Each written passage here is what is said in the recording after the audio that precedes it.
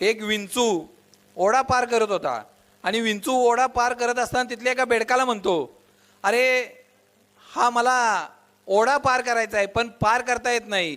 तो बेडूक म्हणतो, मी तुला जर हा ओढा पार करायला मदत केली, माझ्या पाठीवर घेतलं तर तूच मला डंक मारशील ना.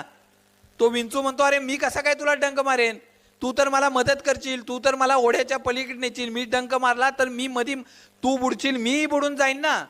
बेडूक विचार करतो, हा खरं बोलतोय, आपण ह्याला मदत केली तर कशाला आपल्याला हा डंक मारेल. बेडूक त्याला आपल्या पाठीवर घेतो आणि तो ओढा पार करतो. जसा ओढा पार होतो तसा तो विंचू त्याला डंक मारतो आणि तो बिचारा बेडूक शेवट मरण यातना भोगताना त्या विंचवाला म्हणतो, अरे तू तर म्हणला होतास की मी तुला डंक मारणार नाही, मग हे काय केलंस, कशासाठी मला डंक मारला. आणि तो विंचू म्हणतो, अरे माझा स्वभावच आहे दुसऱ्याला डंक मारणं, तो काय मी काही केल्या बदलू शकत नाही, त्यामुळे मला तुला डंक मारावी लागला. मित्रांनो, आयुष्यात काही अशी माणसं असतात त्यांच्यासाठी कितीही करा काही करा ते डंक मारायचं सोडत नाहीत. त्यामुळे असल्या माणसांच्यापासून आपल्याला आयुष्यभर सावध राहता आलं पाहिजे. योग्य वेळी त्यांना आपल्या आयुष्यातनं बाजूला करता आलं पाहिजे.